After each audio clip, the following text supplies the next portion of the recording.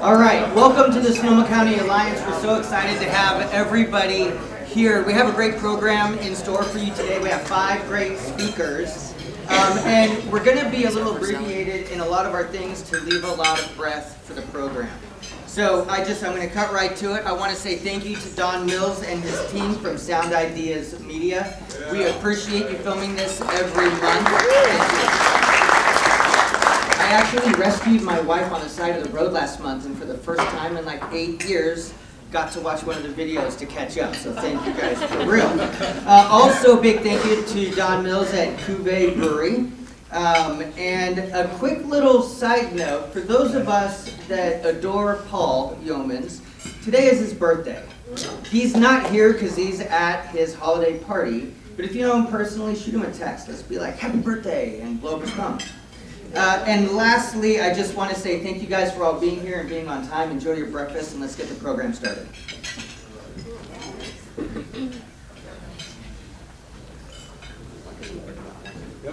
All right, good morning, everyone. And thank you to Ryan for filling in for Paul today as he's at his big holiday.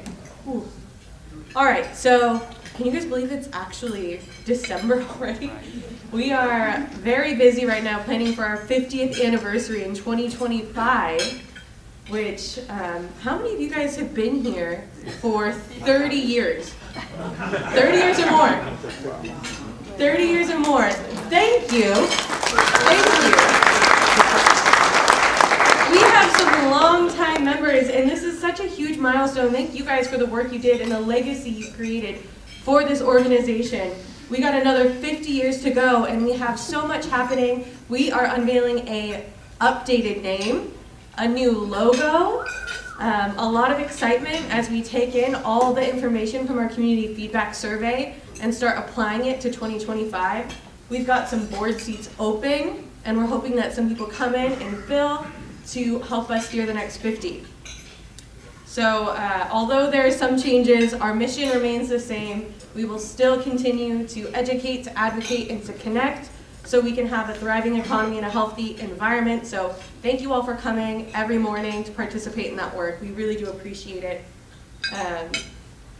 And on that note too, I want to say all of this year, I mean, I had a kid at the start of this year, so it's been humbling on a personal front to experience parenthood. But on a professional level, it's also been quite a journey. We've, as a board, have faced so many challenges. We've had a lot of wins, big and small. And I just want to thank the board of directors for all the work that they do. It's been a huge year with a lot of big decisions that were made, and I'm just so grateful. And if you hear this gratitude, I hope it encourages you to apply, because I really am grateful for the board, and they're a good group. So please do get your application in. We're keeping them open. Shoot me an email, and I'll send you the job description and the link. We'd love to have your voice at the table. All right, with that, I'm going to pass this mic around for self-introductions. So as I walk up to your table, just stand up, say your name and your business, and then we'll pass the mic around the room. All right, you guys get to kick us off. Please stand. Okay. I know, the whole thing. This is great. Hi, my name is Erin Kruger, and I'm with Committee on the Shelterless, or COTS. Chris Cabral, also with COTS. Tom Bieri with Community Support Network. Sasha Brown with City of Santa Rosa. Danielle Danforth with West County Community Services. Diana Mariscal with Legal Aid of Sonoma County. Pat McDonald, Legal Aid of Sonoma County. Carolyn Beaton, also with COTS. Maria Ariano with Leaper.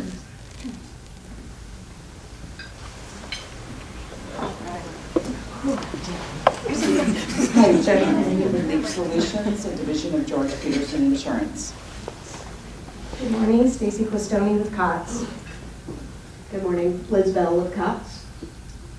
Kathy Goodacre, Career Technical Education Foundation. Good morning, Lori Linney, North Midwest Magazine. Good morning, Gerard Giudice, Vice Mayor, City of Roanoke Park. Mark Staff, Sonoma State, San Jose City Council. Athena Costick, Community Support Network. Kim Sintaro, Community Support Network. Marcus Vassallo, Western Health Advantage. Elise Bisman, 707 Promotions. Good morning, Russ Powell, I do Leadership Development. Ryan Kelly, your Vice President of the Sonoma County Alliance and Managing Partner for WSI Smart Market. Good morning, Ryan Bucksbaum, Excellent Staffing.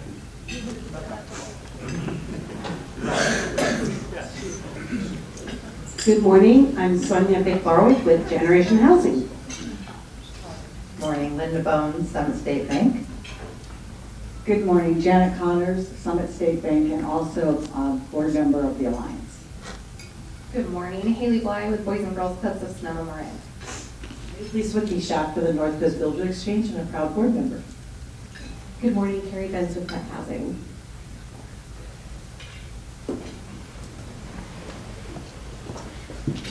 Dan Condren, member of Skate Bank.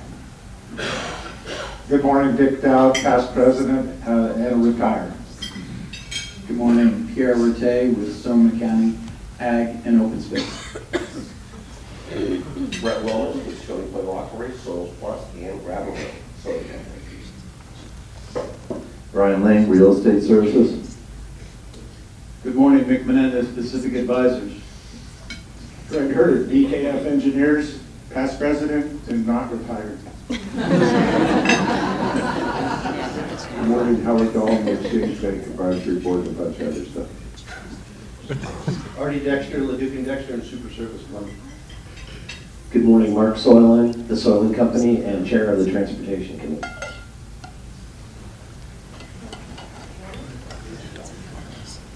Good morning, Danny Sheehan with Friends of Smart. I'm on the Transportation Committee too, and the board. Hi, Kevin Zuko, ZFA Structural Engineers, and I have a guest, Kyle Bettencourt, also from ZFA. He has been with us for many years. Good morning, Lauren Walker, JGW Events. Good morning, Judy Brookman Walker, JGW Events, and Sonoma Sampler Gift Boxes. Steve Lesbier, Lesbier Engineers. Miguel Andrade Marin, Golden State Lumber. Eric Schwees, Golden State Lumber. Steve Earlbaugh with Friends of Smart. Chris Wilson, past president, outgoing board member, and semi-retired. Jonathan Erker, BC Engineering Group. Andrew Willis, also BC Engineering Group. Steve Click, Bauer Associates. Good morning, Madeline Keegan O'Connell, YWCA. Rob Samville, KLH Consulting, and I am a proud board member. Good morning, Dennis Harder, past president, retired, and serve as a member of the Catholic Charities Board. Joe Gaffney, St. Vincent de Paul. Marcel Delagness with BC Engineering Group.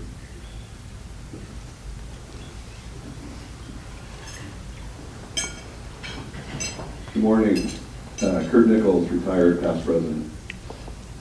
Rick Carloff, BKF Engineers. Good morning, Jason Lee, Roseland School District and board member. Jeff Rowland, owner of Being Out Glass. Sean Loring, attorney and business law professor. Good morning, Tony Postolius, Life Path Wealth Advisors. Tony introduce himself. He is the new owner of what used to be Double Eagle. I'm Chuck Root. I'm a free agent and retard.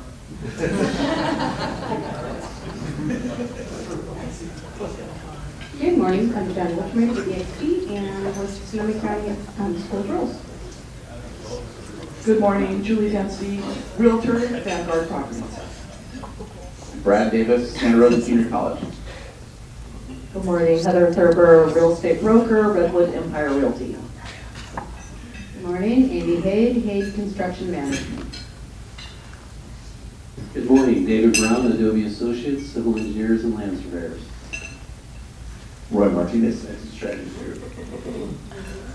Good morning, Sandra Ormerod, Sotheby's International Realty.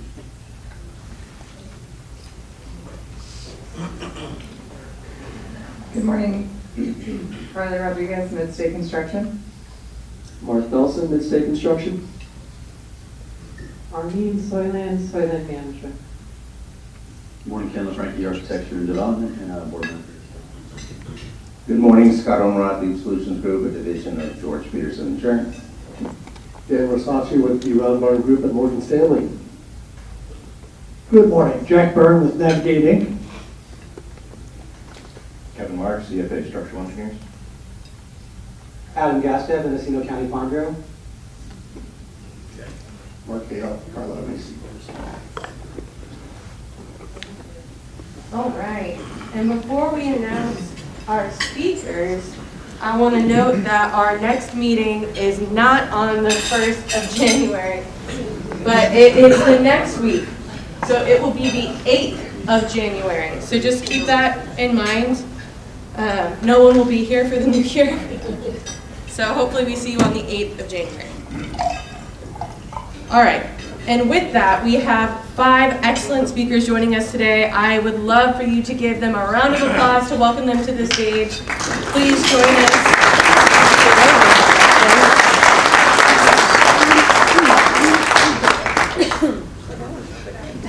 Should go forward and backwards. Yes. I'll get you another mic too. For 2 wide. Yeah. I think you said you would. Yes. Nice to meet you.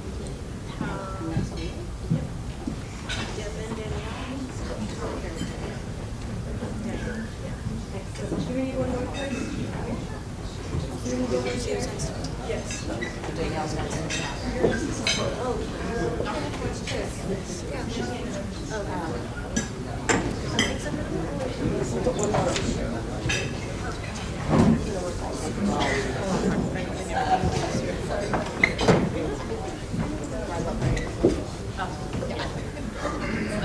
So we just go down.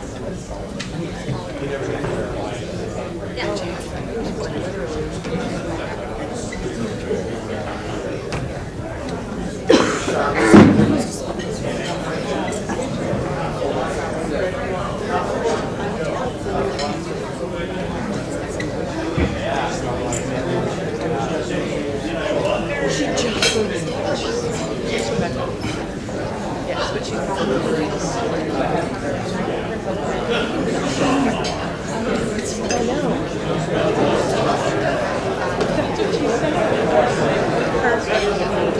she goes, let's talk about this. I'll talk about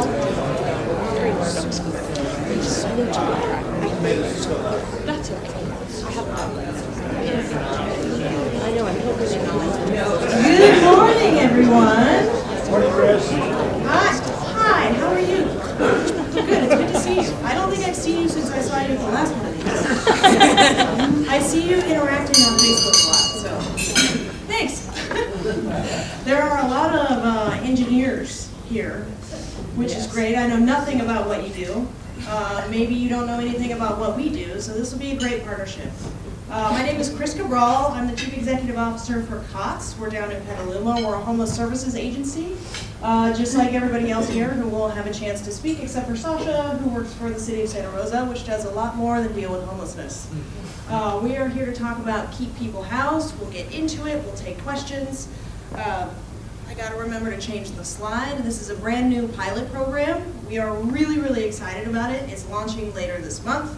And we're excited for the change that it's going to bring to the community as a whole. And that was the same slide for the welcome note, so I'll keep going. I will introduce the speakers. Again, my name is Chris. We've got Sasha Brown with the City of Santa Rosa, Danielle Danforth with West County Community Services, Tom Bieri with Community Support Network, Maria Arellano with Home First, and then Diana Mariscal with Legal Aid of Sonoma County. And Sasha, I will pass it to you for a quick overview. Thank you, Chris. So Keep People House Sonoma, or KPH Sonoma as we lovingly call it, is a 2-year, $3.9 million homelessness prevention pilot program. Funding for the program was made possible through a collaborative effort between the cities of Santa Rosa and Petaluma, County of Sonoma, and All Home, a Bay Area nonprofit organization. All Home has worked with several Bay Area communities to develop and test this regionally coordinated homelessness prevention system. It's for low-income households at the highest risks of homelessness. The system pairs rapid, flexible financial assistance with housing stabilization services and legal aid referrals for people facing eviction, and prioritizes households with an online platform designed by Bay Area Community Services, BACS, which is another nonprofit Bay Area organization. The city issued a request for proposals back in May for a highly qualified collaborative of agencies to operate the program, comprised of a lead agency with partner agencies or local hubs in each subregion to assist with the delivery and administration of the program. An evaluation committee reviewed the proposals and selected COTS as our lead agency for KPH Sonoma. Back to Chris. You can tell which one of us came prepared with notes. Which one of us not doing it. Which is absolutely fine. I'm comfortable up here talking about it. COTS is thrilled to have been selected as the lead agency for this program, and we were very intentional about who we selected to provide services in the various subregions throughout the county. So this is a pilot program. We've had homeless prevention services in the county in the past, but we've never had it funded via public-private partnership, and we've never had a collaborative effort covering the whole county before. So this is really something brand new, something we're really, really excited about, and it's something that we hope is going to be a lot more effective than separate providers with separate contracts. Like Sasha said before, COTS is the lead agency. We will also be providing services in South County. We've got West County Community Services offering services in West County, Community Support Network in Central County covering Santa Rosa. We've got Reach for Home covering North County, Healdsburg, Cloverdale, Windsor, Home First covering Sonoma Valley, and did I miss anyone? Thanks. Oh, it's on. Thanks. Here's all of our logos, just in case you weren't sure what they looked like. And I'm going to pass this over to Tom Bieri to talk a little bit more about how homelessness prevention is an effective tool in addressing homelessness here in Sonoma County and throughout the region.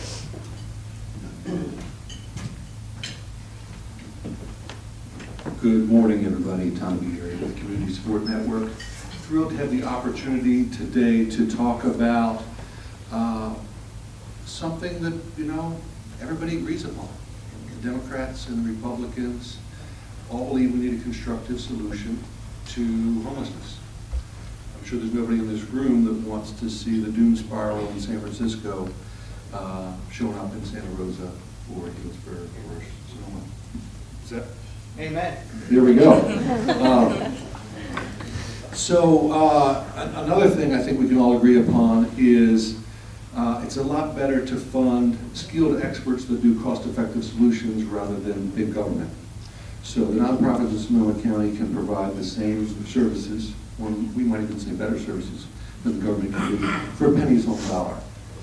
So the neat thing about prevention, the traditional saying is an ounce of prevention is worth a pound of cure. And I'm going to ask us to go metric a little bit because 1 to 16 isn't really the ratio. The ratio today is 1 to 10. So I'll get to that in a minute. But as a background, we need to understand in Sonoma County, for every one person coming out of homelessness, 3 are coming in. So we got to get ahead of this issue. And we've got a slide that talks about these things. There we go. In addition to that, the cost effectiveness of prevention is enormous. Average cost is a little over $60,000 for an individual to have their homelessness resolved once they are involved in homelessness.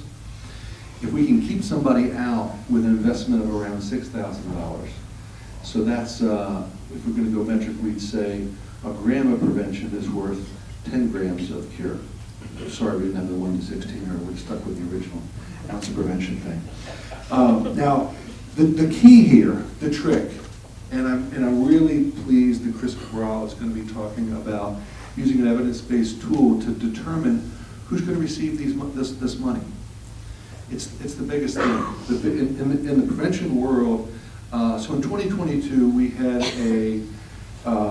it was a national public interest law firm, home-based come to Sonoma County to give us some guidance on what we're going to do with our strategic plan for homelessness in Sonoma County. They said, when doing prevention work, the most important thing is to figure out who's going to be homeless if they don't get the money. There's going to be a lot of people that are going to present urgent needs. And the fact that the team has found some evidence-based tools to try to make this decision as wisely as possible is absolutely critical. And I'm sure you can all relate to, as business owners and managers. We need to be able to sort out the difference between what seems to be an urgent need and what strategically needs our attention the most. So thrilled to be working with Chris Cabral with Cox. She's an exceptional leader, and I will turn it back over to her to talk about this evidence-based tool. Thank you. Thank you, Tom. Oh, there's emojis on the screen. I'll just do that. You can't see them, so it's fine. All right. Yeah, so as Tom was saying, homelessness prevention is far cheaper and far more efficient than resolving homelessness for an individual or for a household who is already experiencing homelessness in our community. Some of you may have questions about, what goes into that $60,000 figure. Just as a high-level overview, when somebody is unsheltered, then the cities, counties, nonprofit providers, donors have to step in and pay for things like 3 meals a day, transportation, healthcare costs, shelter costs, deposits, consistent housing once somebody gets into housing, behavioral health services. So there's a huge array of services that go into supporting someone from being unsheltered back into a sheltered status, and then moving that person into permanent housing. It is far cheaper and a lot more efficient and effective with better health outcomes for the individual, for the family, and for the community if we can prevent someone or prevent a household from getting into that situation in the first place. So what we're talking about with this program, one of the key components is that it's really flexible. So a lot of prevention programs in the past have had restrictions on what you can and can't pay for. But what we found is that families and individuals end up in that situation for a variety of reasons. It's not always because their rent is too much. Sometimes it's because they lost their job or their car broke down and they can't get to work if they don't have a car, right? Maybe somebody lives in West County and they need to drive to Petaluma for work. They're already on the brink, their car breaks down. How are they gonna pay that $900 bill to get their car fixed and get to work? And that is a very real and very common situation for people throughout the Bay Area and right here in Sonoma County.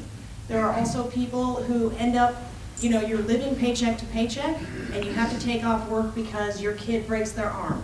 Your kid gets sick. You, God forbid, have a big medical bill that is overtaking and you can't pay your rent, right? So this program is intended to be flexible to meet the needs of the households that we're serving. We're not saying we can only pay your rent. We're saying, what do you need to stabilize? How can we help you with that? There is, to Tom's point, this is an evidence-based approach. So we already know we're gonna have way more applications than we can realistically serve, right? So this is a $4 million 2-year program. We wish we could serve every single family that comes to us and needs assistance. We can't. The goal is to serve 350 to 400 households, and the way that we're prioritizing households is through a threshold screening tool. So everybody who wants assistance, they'll put in an application online. It's keeppeoplehoused.org. If you meet the 3 basic eligibility, which there's an income verification eligibility, you have to live here in the county. I don't remember the third one off the top of my head, if anybody wants to jump in and help me with that. The application looks at risk factors. Did you say recent financial hardship? Recent financial hardship. Okay. Sasha remembered. And they must have experienced a recent financial hardship. Beyond those 3 eligibility factors, we look at threshold scoring. So the system itself will ask every applicant a series of questions related to risk factors for if we don't step in, is this household going to lose their housing? Are they high enough risk that we should prioritize our resources to pay to stabilize their housing? There are give or take 20 risk factors that the application will ask. Some common risk factors include what zip code? We're going into Danielle's section. I'm sorry, Danielle. To talk about thresholds for running is Danielle. I'm really passionate about this and I just want to talk about it. I don't know anything about that. Go to the platform. So, yeah, oh no, they gave me my Okay, you do you. So, yeah, well, just passed it down. So, yeah, she was reading off of my script class. So, just to be clear, that the eligibility requirements, the very basic ones is they do have to be a Sonoma County resident, so all the funds are staying here.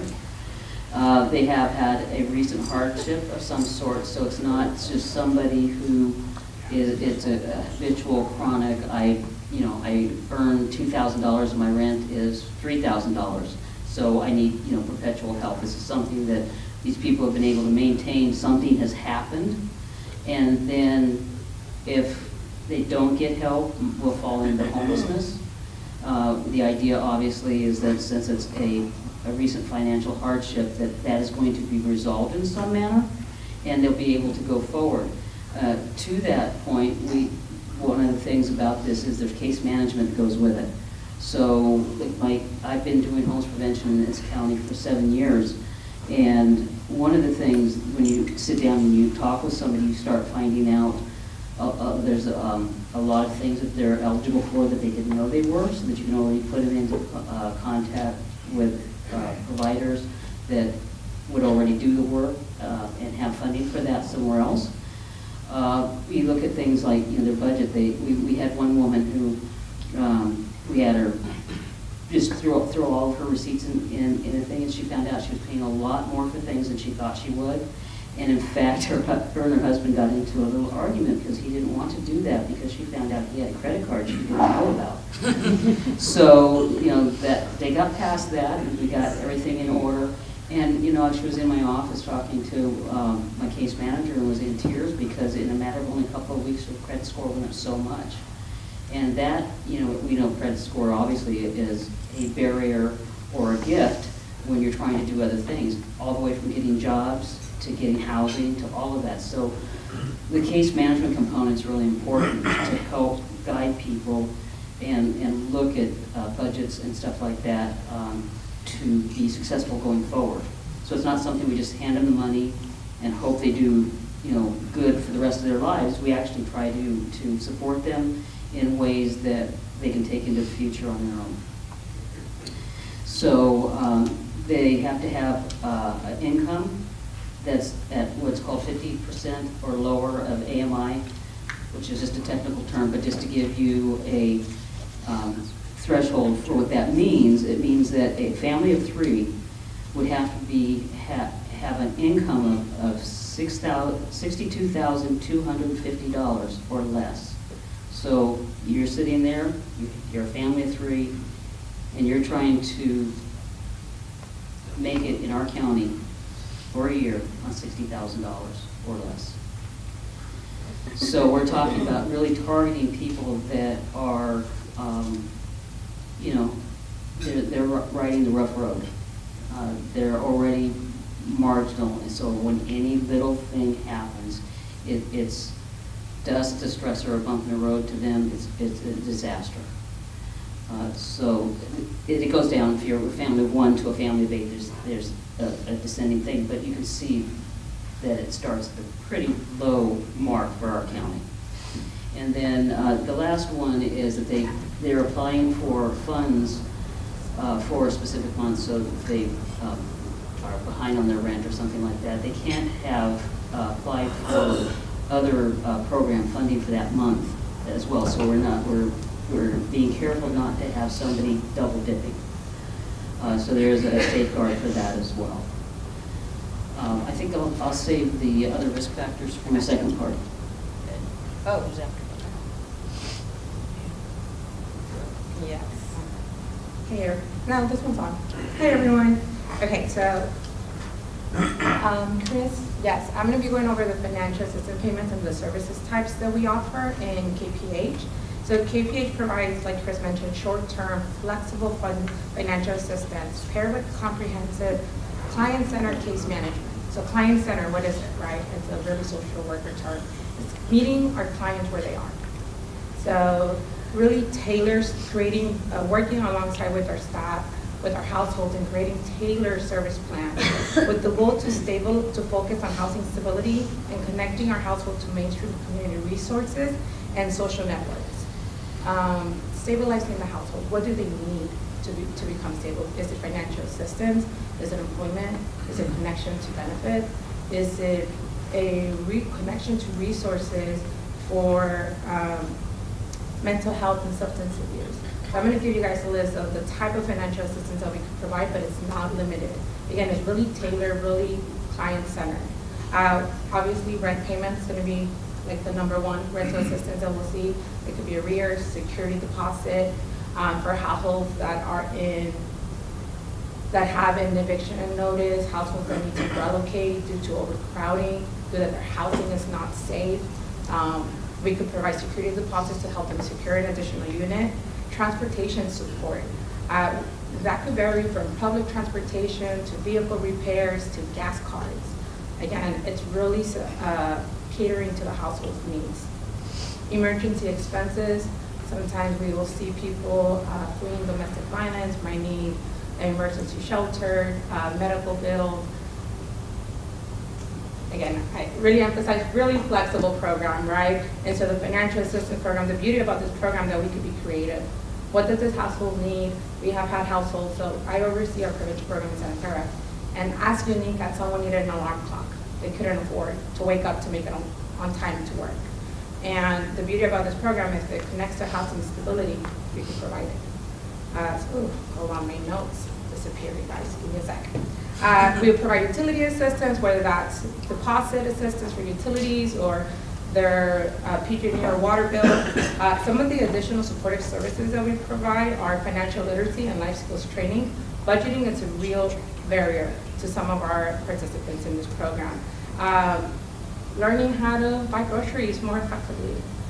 Reducing how often we're ordering Uber Eats. That is true. Sometimes we see where people might have a gambling addiction or they're spending too much money on socializing with friends. And so just creating a realistic plan that they could still sustain the quality of life that they would like, that brings enjoyment and fulfillment, but in a reasonable approach that ensures that they prioritize their housing and their housing stability. Access to legal services, which I'm not going to get into. Connection to mainstream benefits. Maybe that is getting food stamps. Maybe that's applying for SSI, retirement, unemployment. Having the assistance to work with one of our staff members to help them connect with that. Educational support, employment readiness, and job search assistance for those needing them, connecting them with employment networks, in local employment networks in the area. Affordable housing search. Rent burden is real. And it's real in this community as it's everywhere else here in California. And sometimes the units where they live in, when they're coming to us, it's not affordable and it's not sustainable based on the income that they have. And so identifying affordable housing, it's a service that most likely we'll be needing in some of the households that we serve. And assistance with connection with mental health and substance abuse. Again, these integrated services aim to stabilize our household, empower self-sufficiency, and support long-term housing retention to reduce the risk of them entering into homelessness. Chris was right. It is more costly to serve someone once they enter homelessness than to prevent it. I'm going to give it next. All right, so Legal Aid of Sonoma County, although this is a pilot program, Legal Aid has been serving Sonoma County for the last 20 years with eviction defense, and that can be prior to a court hearing or at court with representation or mediation. We help with habitability issues, which we see often around here with a lot of the disasters we've had. Disability-related advocacy, so that could just be extra help that someone may need if they're elderly, like court bars in their bathroom, that type of thing. Improper rent increases, which we saw a lot after the fires, price gouging, reviewing those kind of documents with clients, and Section 8 prevention. We want to make sure we conserve those vouchers for folks, because once they lose them, they're gone, and they're very helpful in making sure they have stable housing. We also like to help folks with removals to barriers to housing. That could be expungement records, driver license retrievals. We have clinics running throughout the year for folks to do that. All of our programs have different qualifications. Nevertheless, we try to serve everyone, guide them with some information, some resources so they know what to do as their next steps. So like I mentioned, this program is a pilot program, but Legal Aid has been doing this for a long time. So in any event, if folks see themselves in an eviction proceeding, they would come to us, we would talk to them, review their documents, make sure that they're valid, help them through the process so they know what their rights are, and hopefully avoid an eviction on their record, because that will ultimately make it very hard to find housing afterwards. In the event that they do see themselves in that, we do help with clients try to vacate, in other words, remove that eviction off their record after they meet whatever requirements are necessary because they got it. So just trying to holistically help folks at the beginning as early as possible with prevention, and then hopefully at the end if they did see, unfortunately, themselves in an eviction and the judgment against them.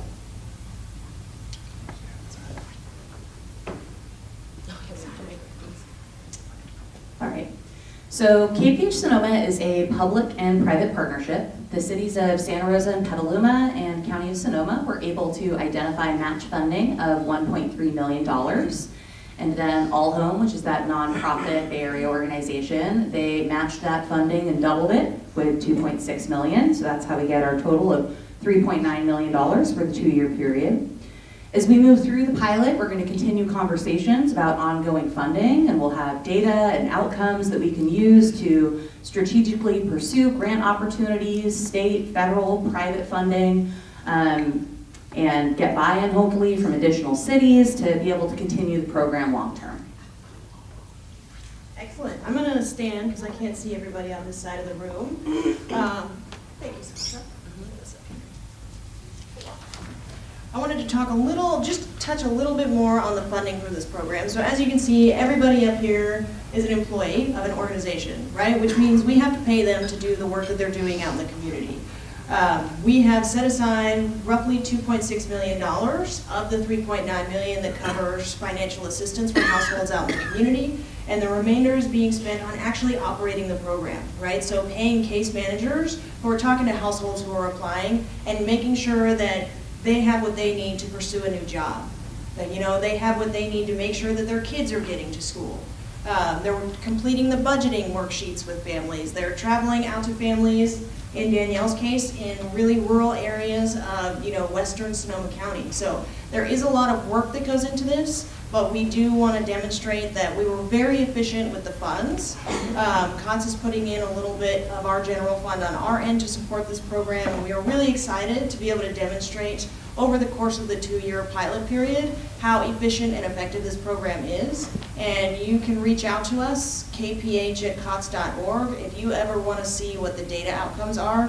We're more than happy to share that. We want the community to know how this program is operating and what the outcomes are so that we can get community support and keep it operating beyond that 2 years. Over to Tom.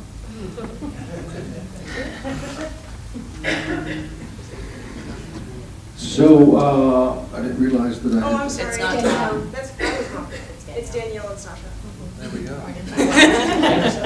I just do what I'm told.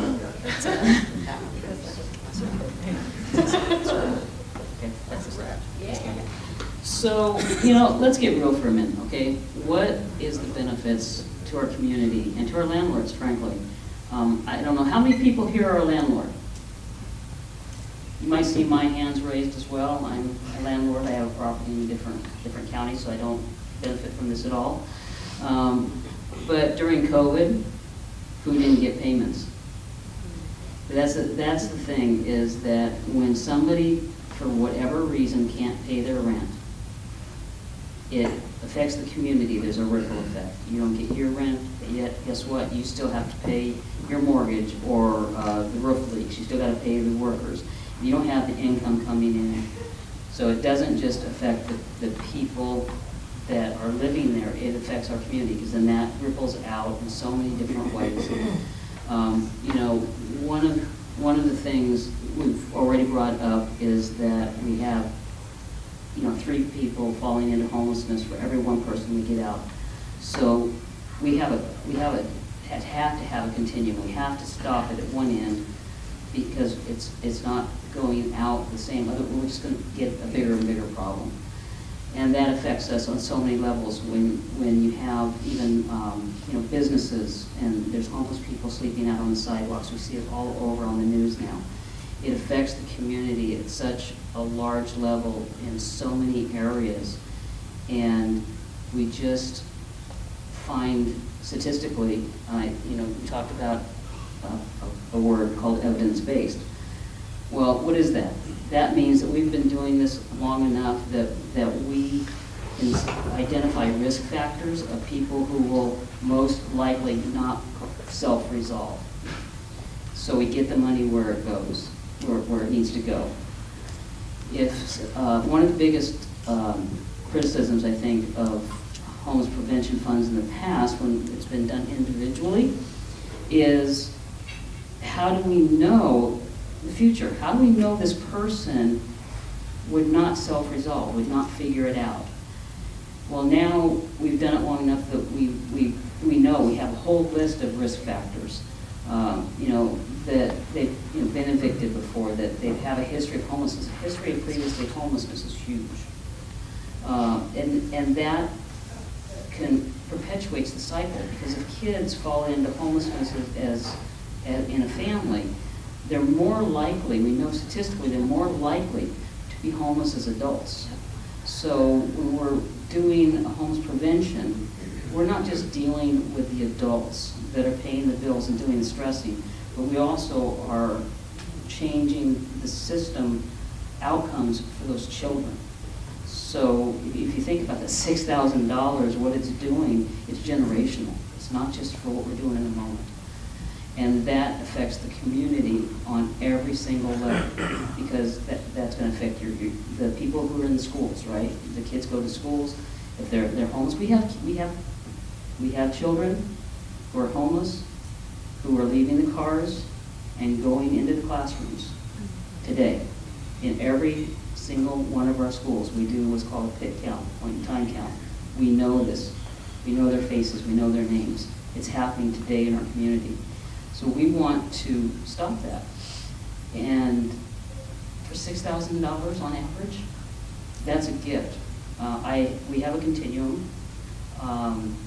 So if you look at homeless prevention, if that fails and they become homeless, then they end up on the streets, and I have street outreach workers that engage them. All of these programs have street outreach workers that are out there contacting these people and hooking them up, right? Then from there, we have shelters. And then we have supported housing. And we have this whole continuum. We have rapid rehousing. Hopefully when we can get somebody earlier on, let's say homeless prevention didn't reach them where we want it to reach, that's what we're doing. But then we get them earlier in the homelessness cycle and get them back into housing quicker. The longer they're in housing, things change. You change at a systemic level. So obviously we're passionate, we can go on and so many examples, but you can see the ripple effect, and I will pass it on to my next speaker.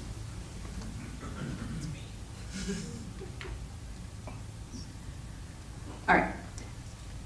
So, efficient use of taxpayer dollars. So, providing assistance right before or at the beginning of someone's homelessness, we've talked about how it's significantly more cost-effective than addressing it after it's already occurred. So that's what makes it an extremely efficient use of resources. So this assistance is designed to quickly stabilize individuals or families before they enter the shelter system and before they experience prolonged periods of street homelessness, reducing the strain on emergency services and social safety nets, because that costs more, and because it's the right thing to do. This early intervention is tailored to the immediate needs of those facing housing instability, such as resolving eviction threats, connecting clients with employment and education programs, and helping them with short-term financial crises. So this can help individuals and families build a foundation of stability that makes them less likely to experience the reoccurring homelessness and more likely to maintain that stable housing, stay employed or educated, and access necessary health care, which improves their quality of life and reduces their reliance on those expensive public services over time. When homelessness is prevented or quickly ended, people are able to resume their lives in a way that promotes long-term stability and success. Leveraging private funds alongside public funds allows our community a flexible and financial responsible resource to prevent homelessness. Getting and keeping people housed is a shared responsibility. All right, I'm the last speaker before we move into Q&A here. We're talking about expected outcomes. You've already heard me say we anticipate serving 350 to 400 households. Given the amount of funding resourced available within this program, that averages about $6,000 per household. Some households will need more than that. Some households will need less than that. So we're really, really excited to bring this program to the community. 350 to 400 households is a lot of people in the community that can be helped over a period of 2 years. We also anticipate that 90% of the households we serve will remain stably housed. There is 10% in there because we are serving the highest risk households within the community that are not going to be able to stabilize once this short-term assistance ends. And just like every other program in the community that deals with homelessness and affordable housing, there's not enough to go around, right? So if they can't either self-resolve after this short-term kind of assistance ends, or maybe there's no other program funding available, then 10% of these households are going to fail and they are going to end up in our homeless system of care. That's not a bad thing, right? It's bad for those people, but in terms of this program itself, we want to see a small failure rate because that means we are doing a good job of targeting the highest risk households in the community. So that is our goal over that 2-year period. And then I do want to just, if we go here, thank you. You can always email us, kph@cots.org, if you have questions or need contact information about this. The application for households in our community will go live December 16th. Really excited about it. Already taken a bunch of phone calls about it. We anticipate having 1, 2, maybe even 300 applications in the first month. And we'll start to post outcomes, for our funders like the city and the county. And to interested donors that want to support this work, community members who are interested in how this work is going, you can reach out to us. We'll give you that information anytime. And then I want to take a minute and remind people, homelessness, when folks talk about it, it's often talked about negatively, right? Because it's a poor health outcome for the individuals experiencing homelessness. And it doesn't feel good for everybody else in the community either, right? But we don't want to create a world where we're afraid to engage with people who are unsheltered because of the way that it's talked about in the media or the way that it's talked about, among our friend groups or politically. I want to remind everybody here that people who are unsheltered are still your neighbor. They still have the same goals, the same needs and desires as you. And while you may see somebody drinking a beer, sleeping on the sidewalk, just remember that you're probably doing the same thing. You are just lucky enough to have shelter, to live in a house, right? So these unsheltered folks that we see out in our community, they are your neighbor. Just like the neighbor in the house next to you, they live in your community. This is where they live and work. We want to see improved health outcomes for everybody to make it a more comfortable community for everybody throughout the county. And thank you for coming. I'm going to have Erin Kruger here. She's the COTS Development Director. Walk around. If anybody has any questions, we will do our best. Ty gets to do it. Ty's going to do it. Sorry. We'll do our best to answer them. So we have a few pre-submitted questions that I'm going to kick us off with. So this group is a business advocacy group. So a lot of what these pre-submitted questions are center around how this program would impact business. So to kick us off, you guys told a story about an employee that maybe their car breaks down and they live in a county out of Petaluma, let's say, a very expensive place to live. A lot of our small businesses have struggles with employee housing for the cost of living in cities like Petaluma, Santa Rosa. I mean, they're all very expensive. Do you guys have business referral programs for employers to help support their employees through hardships like that through this program? Business referral programs, we don't. Anybody who is looking for assistance through this program is going to apply in the same way, right? So keeppeoplehoused.org, the Sonoma County application, right there. So I would encourage you, if you do know an employee or just someone in your life that could benefit from this program, maybe they qualify, keeppeoplehoused.org, they can apply right there. Everything can be done online. If they need help with the application, they can call any of these providers and we'll help walk them through it. Great. And then obviously housing stability is huge in the economy, as we just noted. Can you talk a little bit about how this program is expected to show some positive outcomes in that realm? Sure. I feel like I talked about outcomes. Does anybody else want to answer that?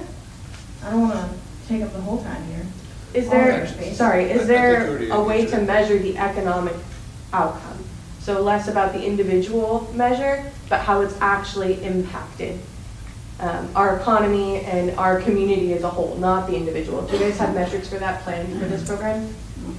That would be a very difficult thing to measure for nonprofit entities. We could look at developing something like that.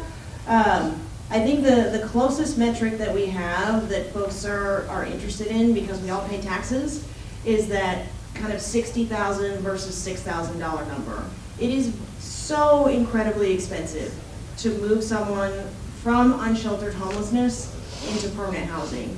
And I think that kind of $60,000, that's going to be low for a lot of people.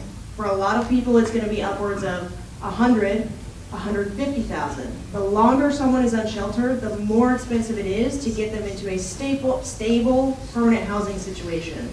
And that kind of difference in cost is probably the best that I can give you. Maybe one of the engineers would have another idea, or Sasha.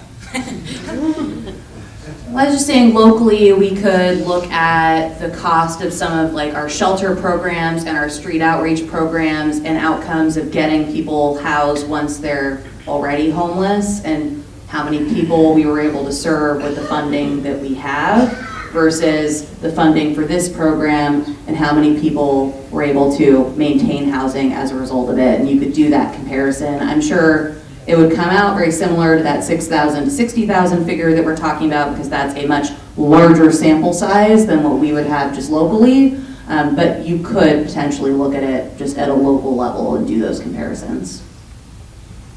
That's great, thank you.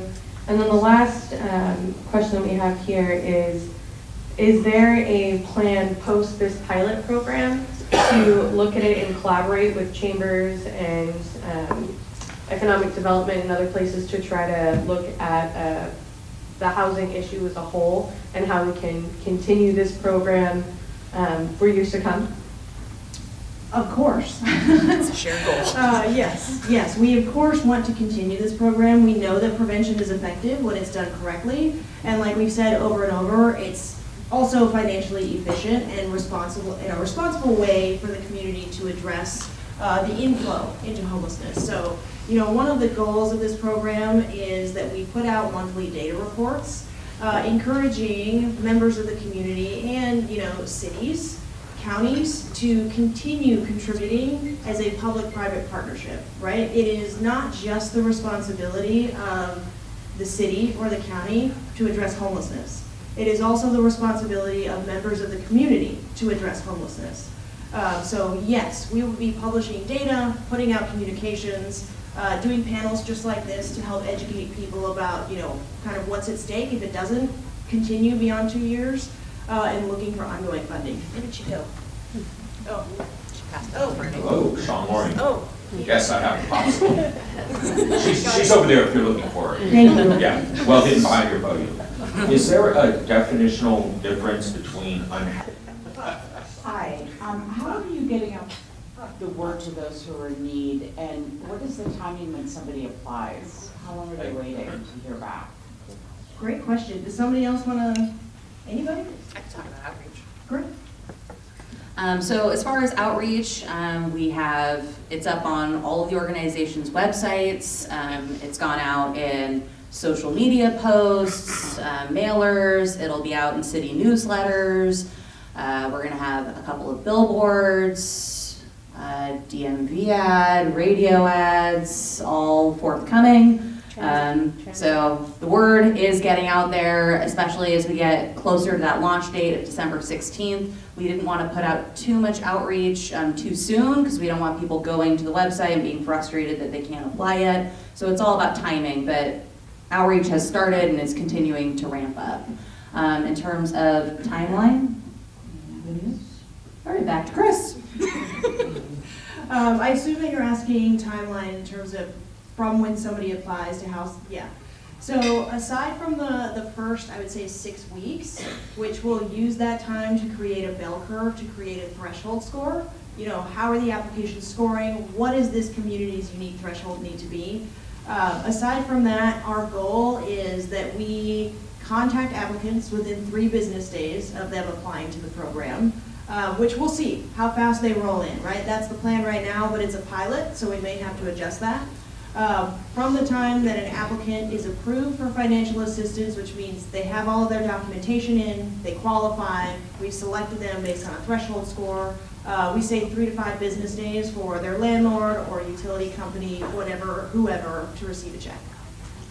So hopefully pretty fast. The homeless people that we see every day and deal with every day on the Joe Ragoda Trail or Steamer Landing Park or downtown Petaluma, downtown Santa Rosa are chronically homeless. Those are the people we see every day. Can you confirm that this will have no impact on the chronically homeless? That this is really to prevent homelessness and not deal with the chronically homeless folks that we deal with every day? Yes, I said with an asterisk that says no impact on chronically homeless. I would say the answer to that is a good thing, that the no, because we're trying to prevent the inflow into chronic homelessness, right? So somebody who's experiencing chronic homelessness today will likely not utilize this program because it's meant for people who are in housing and about to lose it. But we do hope that this program will slow the inflow into chronic homelessness. So in that way, yes, it will have an impact, but no, if they're existing in that kind of chronic homelessness space. My question is, and I say this with the utmost respect for what you're all are doing. Number one is this a first of its kind within California? Is this fashioned out of an existing, after an existing program? That's number one. And number two is there any sharing of information between the counties about this population? Because I happened to have a conversation once with a homeless person. This is the 3rd city that he's been in California, and he moves according to the benefits that they can receive. And I'm just wondering, does that happen? Is that transient nature such that they're just after the programs and for as long as I can get them and then they go from there? So to address the first question, it's not the first of its kind. It's All Home, so that Bay Area nonprofit that we talked about. They have a program in, Oakland? And Contra Costa County, and they just started the same program in Solano County, literally in the last few weeks, and then our program is launching December 16th. So it's very similar programs, and it's all using that online platform. Each county can slightly change the application, how questions are asked, and what the threshold scores are, but it's all based on the same database, evidence-based program. To address the second question as to whether counties are in communication with each other, to some extent, yes, we do communicate. We don't usually communicate on the individual level, about this person and were they previously in your county, or but we do the point in time count, which I think Danielle alluded to earlier this year, or earlier in this meeting. So the point time count, which we call the PIT count, that is a rough estimate of how many people are experiencing homelessness in the county each year. And part of that is a survey that goes out to usually between 400, 500 people of the sample size. And one of the questions they ask is, did your homelessness start in Sonoma County or was it elsewhere? And the data shows time and time again that the vast majority of people, 82%, thank you, Danielle, their experience, those that are homeless in Sonoma County became homeless in Sonoma County. So on a small scale, yes, of course, people move the same way that housed people move, and usually following resources like jobs or lower housing. The same happens with people that are unhoused too, but the vast majority are people who were housed in Sonoma County and then fell into homelessness. Good morning. Thank you for your time today. And Sorry, I think Tom wanted to add. my question is for the panelists from Home First in Sonoma Valley, and I'm just interested in who are you collaborating with in the Valley to accomplish this? That's a good question.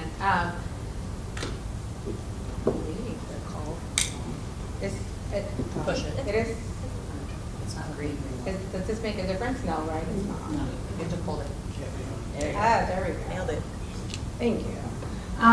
There is a small nonprofit in the community, and I apologize, I do come from Santa Clara County, and my coordinator is not here today. Are you talking about Homeless Action Sonoma? Yes, that we are partnering up. We are also partnering up with, I apologize, I don't know all the names of the nonprofits in Sonoma Valley, but we're partnering up with a partner agency, which I'll give you the name in a little bit, where we'll have a day office location to be able to meet with members in the community, where they could come in and meet with our case manager, which is a mobile case manager that will be out in the field, is from the area, it knows the community, speaks the language of the majority of the community, and try to meet people where they are. They were talking about outreach and how we do outreach, right? Home First is a member of Los 100. And we do mass emails, outreach attempts, and we have Los 100 members share our flyers and our resources to members in their community, whether they're businesses, associations, whatnot, and talk to them about our program and provide us the space to be able to meet with members in the community where they are. And I do apologize for not remembering the name. La Luz, yes. For some reason I was going to say Luna Services. I think that's a Santa Clara nonprofit. Yes, with La Luz. And so that's one of the people that we're partnering up with. The coordinator that oversees KPH in Sonoma Valley also runs our recruitment initiative in Petaluma. And so with the assisting networking that we already accomplished in the past year, we're hoping to expand on that in Sonoma Valley specifically. Great, thank you. It's on. There we go. So I wanted to say a few more words in response to your very intelligent question about various subpopulations within the homeless population. I think it's important that we don't generalize. So this subpopulation that we intend to serve with this program, I think it'd be fair to say, is the most hopeful subpopulation to serve. The prospect for them to maintain their housing, because they're already housed, is huge. And I'm going to say something a little politically incorrect. The most challenging, or the least hopeful population within the homeless population is somebody, I'm just going to name one of the intractable populations, somewhat intractable. So there are homeless veterans with PTSD that are self-referred as woods vets. They don't want to be inside four walls. So if you're going to judge your success of your program of ameliorating all homelessness, you've set an unrealistic goal. There's some subpopulations that don't want to be housed. Now, I'm not saying we shouldn't have hope for that person. That person may be suffering from PTSD, maybe having some addiction issues. They may at some point in their life decide they want to recover from both of those things, and we can recover from PTSD, and we can recover from addiction issues. So I'm not saying that person has no hope whatsoever, but this particular program is set up to help be housed. And believe you me, these folks, they're going to want to maintain their housing. So there's a very large chance that this program is set up for Success, run by some very competent people. Thank you. This was kind of touched on a little bit earlier, but I was curious if there's an emphasis on choosing applicants who have families with children or elderly or veterans. So I believe all of those are included in the risk factors, all of what you mentioned. So having a child, being pregnant, being a veteran, being elderly, having a disability, all considered risk factors. So it's all asked about in that online platform application, and as they answer the questions, it's scored automatically and appropriately based on the responses, and that determines the score, and then we have a threshold score which determines who gets the assistance. In Sonoma County, should the emphasis be on transitional housing or on permanent housing? And can you discuss the difference between the two? That's probably going to depend on who you ask. If you ask any of us sitting up here, feel free to correct me if I'm wrong, permanent housing. We have a lack of affordable permanent housing, not just here in Sonoma County, but throughout the country. But it's especially true in areas like the Bay Area.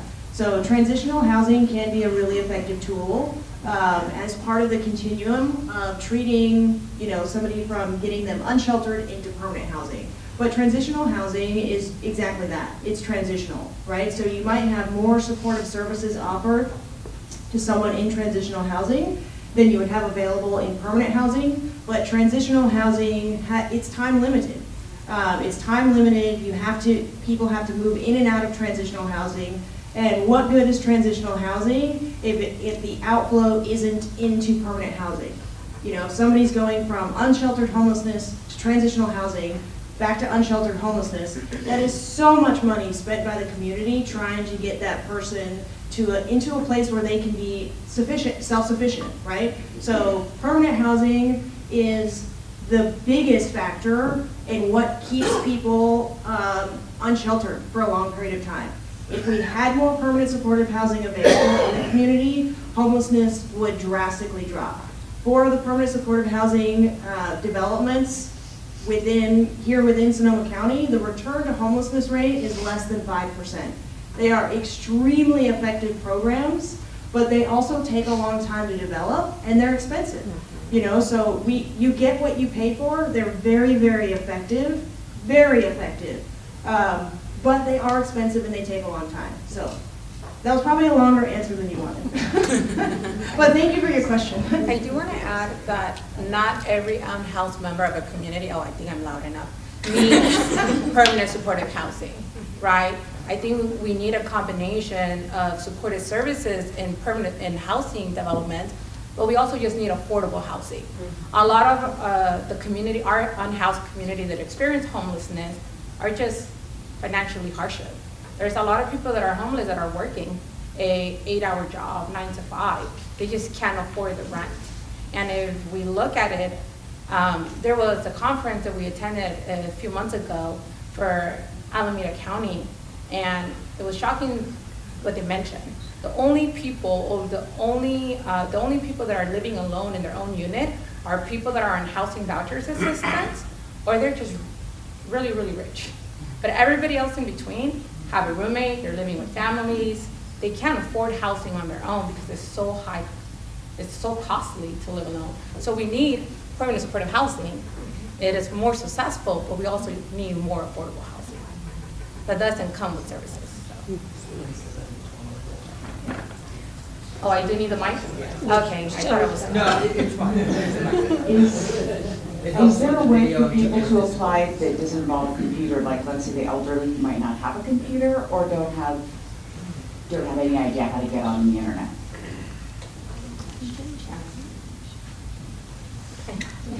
Yeah, there is. They can even just walk into our offices, for instance.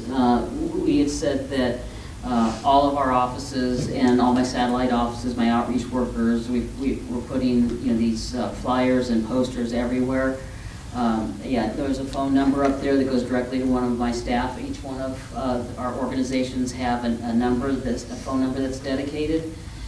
Even though, like you said, that it shows like click here and you can apply online with the drop down, we all have case managers and they will walk anybody through it. That's what they want to do. In fact, it's a good place to engage, right? Make that relationship for when you're going to be doing the case management down the thing. So if they just do it on the computer, you're missing that point and we'll have to engage them after the fact. But we are absolutely 100% there. Somebody can walk in, say, I don't have an iPhone, I don't know technology, I don't know any of this stuff, and we can take them by the hand, sit down, and we will walk them from our front door through this whole system and hold their hand. I think another thing is, Danielle's right, we're also trying to do a lot of our advertisement or outreach material in different languages, targeting to the community that we're all serving. So there's like no wrong door or kind of approach. So individuals that may not be tech savvy, may have language barriers, they should be able to get the information in their language. I think for Sonoma Valley, we're doing Spanish and English. And yes, I did confirm it's La Luz. And we're having flyers of where will be the hours that we're open. Again, I think every grantee is having a different approach for outreach, but generally media flyers are going to be going out, and email, phone number kind of approach where anybody, whether they are able to handle a computer or not, could get services. All right, thank you all for joining us. Can we get a round of applause?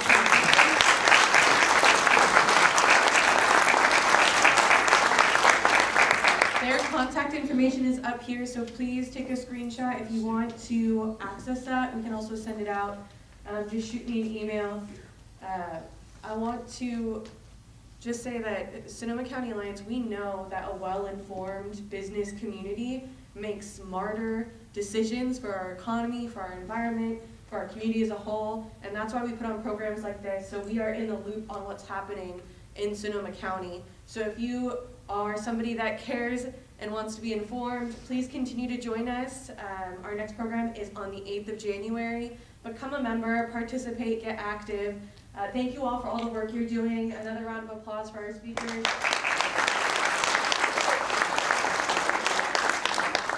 And with that, we're going to close our meeting. So thank you for being here and have a wonderful rest of your week.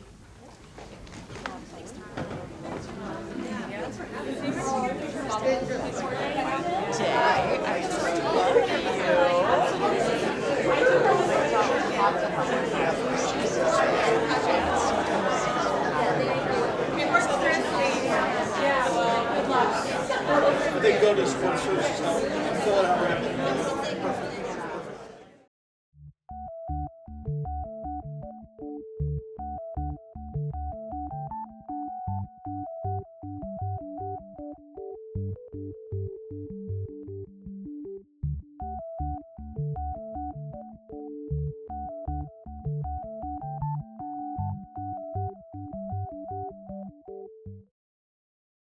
You